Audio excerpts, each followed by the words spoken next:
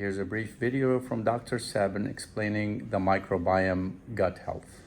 Good. So we gotta put you to sleep to make sure your microbiome is in balance. Okay, well, be so kind if you don't mind to Sure. give people an elementary description of what the microbiome is. So the microbiome is essentially all the microbes around us, right? So from, bacteria, viruses that are all kind of floating to, foods that have microbes to, microbes on our skin to microbes in our heart, in our blood vessels, in our guts, in our brain, in our eyes. Everybody's looking into the microbiome right now because the microbiome is really what is sustaining the planet. It's what's sustaining the soil. It's what's sustaining our bodies. We are just a reservoir for microbes.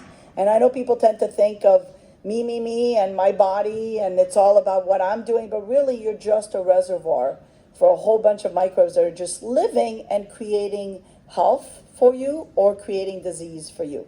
And that's really the path that I've kind of stepped into, the abyss of the microbiome, the next frontier, if you want to put it that way, to look at microbes and what are they doing? What are microbes doing when you're looking at, Clostridium difficile? What is it doing in a healthy individual versus a person that actually has that bacteria and then getting diarrhea from it? So that's basically the abyss. It's like space, but in your gut, and it's discovering all these families, all these genuses, these groups of microbes that are basically living together in symbiosis and happiness or in dysbiosis and an imbalance. And I think that's the key for me. I really believe all disease begins in the gut. Everybody says to me, well, it's not only about the gut.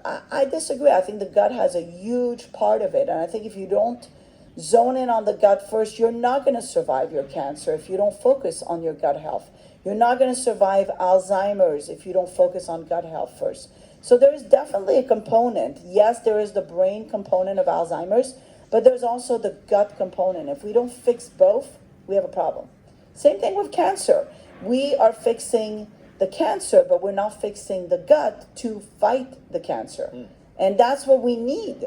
So if we don't pay attention to the microbiome, to the imbalances that create the disease, we'll never fix the problems.